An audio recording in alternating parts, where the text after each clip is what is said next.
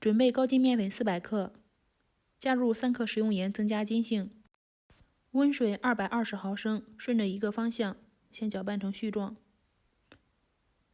再揉成光滑面团。这个面团要和得偏软一些。盖上盖子，先醒面10分钟。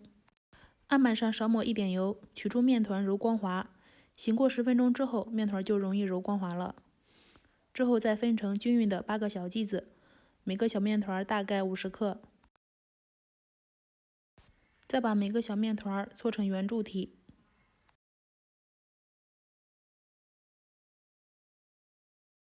平底盘少抹一点油，放入搓好的小面剂子，上面再抹一点油，醒面30分钟，醒的时间越长越好。准备几块豆腐乳，用勺子压成泥。现在面团已经醒好了，不用揉，直接摁扁擀开就可以了。刷上豆腐乳，从一头卷起来，边卷边抻长面团，把面团抻得薄一些。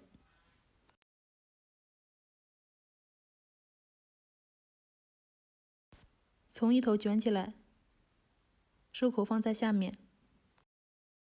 做好之后再松弛5分钟。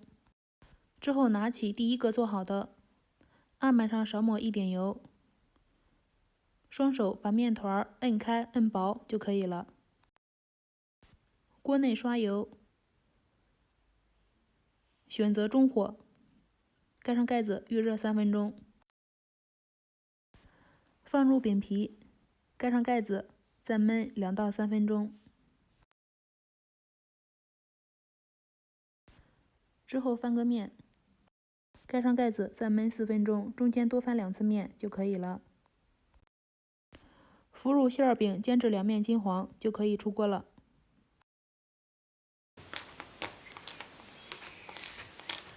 这样做的馅儿饼酥脆焦香，层次多，皮肉薄，可以多做一些生坯子放到冰箱里面冷冻起来，随吃随做，半个月都不用早起了。